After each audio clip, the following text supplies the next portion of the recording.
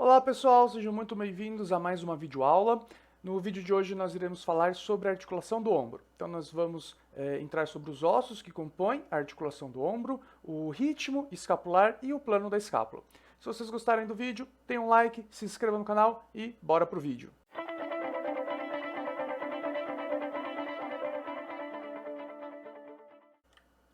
Bom, então, para a gente iniciar essa aula, vamos falar sobre os ossos que compõem a articulação do ombro, tá? Aqui nós conseguimos verificar, ó, a clavícula, a escápula, o húmero, e aqui nessa região nós temos o externo, né? Região de manúbrio e externo. Então, esses são os ossos que compõem a nossa articulação do ombro.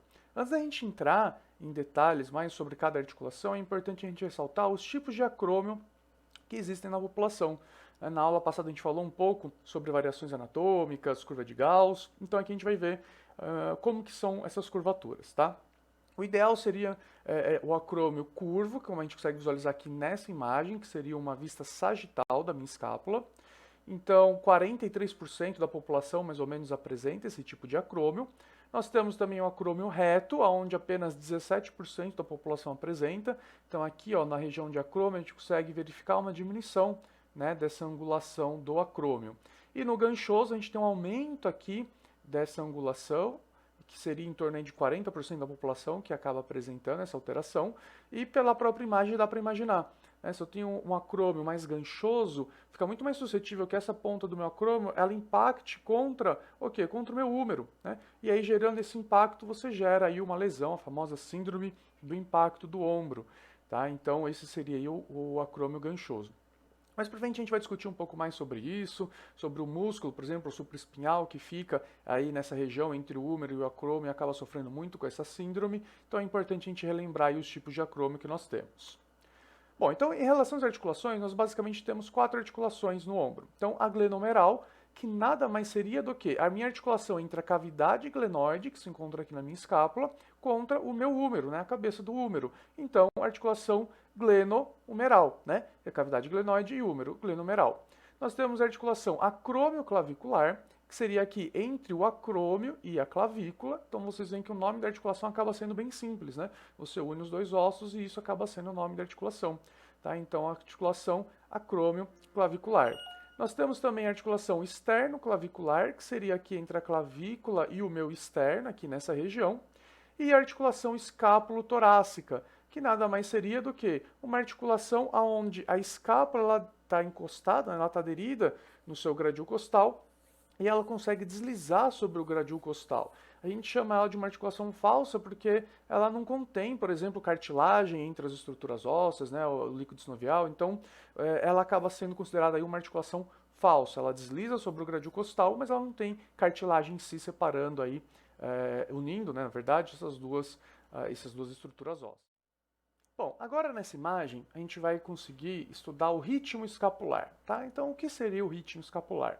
Então aqui nós temos uma vista posterior no plano frontal, tá? Da minha articulação do ombro.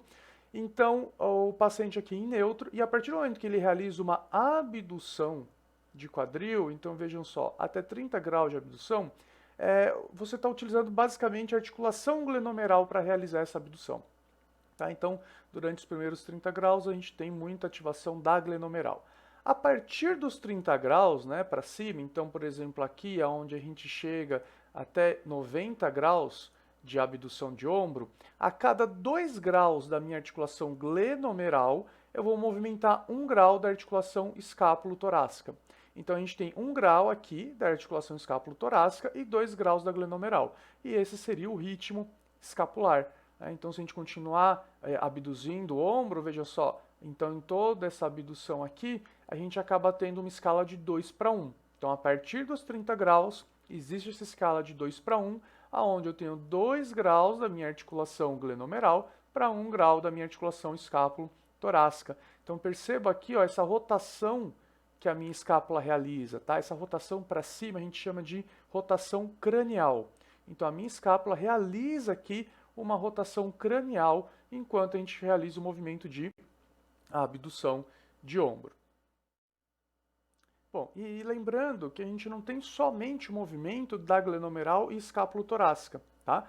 A clavícula também tem o seu movimento, então a articulação acromioclavicular e externoclavicular também realiza o seu movimento durante a abdução de ombro. Tá? Então, se vocês segurarem aqui a clavícula, dá para você sentir o movimento dela durante uma abdução, né? Essa rotação que ela tem em cima do próprio eixo e também a inclinação da clavícula durante o movimento de abdução do ombro. Bom, e além dessa parte, né, que a gente acaba falando da articulação, algo que é muito importante a gente salientar é o plano da escápula. Então, sempre que a gente está avaliando uma escápula, trabalhando com o nosso paciente, é importante a gente entender o plano da escápula. Tá? E o que seria isso? Seria um plano onde a minha escápula está em posição de repouso. Né? Se você for imaginar a sua caixa torácica, ela não é quadrada, ela não é uma caixa, ela é um pouco ovalada, ela tem uma curvatura. E a sua escápula, ela acompanha essa curvatura. Então, preste atenção aqui nessa imagem, deixa eu só tirar aqui para vocês conseguirem visualizar. Preste atenção aqui nessa imagem, olha aqui, na articulação do ombro, numa vista, num plano transversal, tá? A gente consegue reparar o quê? A minha escápula, ela se mantém, ó, num posicionamento neutro. Esse posicionamento neutro é em torno de 30 graus de adução horizontal do ombro. Então, com uma elevação de ombro, com uma adução horizontal de 30 graus, a gente mantém a escápula no seu neutro. Então, quando você realiza, por exemplo, uma avaliação ou um exercício que seja, se você trabalha com esses 30 graus de adução de ombro, a sua escápula ela já está numa posição anatomicamente confortável. Então, por exemplo, se você for realizar essa abdução sem adução, do plano horizontal, apenas uma abdução, você precisa fazer o quê? Uma adução de escápula. Então você vai recrutar outros músculos, como por exemplo os romboides, né, para você aduzir as escápulas. E se você faz uma elevação com uma adução de ombro no plano horizontal acima de 30 graus, você acaba abduzindo as suas escápulas. Então você vai usar músculos como, por exemplo, o subescapular. Tá? Então isso é muito importante quando a gente vai trabalhar com o nosso paciente, a gente ter essa noção que você fazer movimentos no plano da escápula é muito mais fisiológico e requer ação de menos músculos para uma reabilitação, por exemplo, do seu paciente. Tá? Então é importante a gente sempre lembrar disso também quando a gente está avaliando ou tratando um paciente com alguma lesão, enfim, com alguma alteração na articulação do ombro. Bom, pessoal, espero que vocês tenham gostado da nossa videoaula. Deixem no comentário sugestões ou críticas que vocês tenham e aguardo vocês no nosso próximo vídeo para darmos continuidade às nossas aulas. Um grande abraço a todos!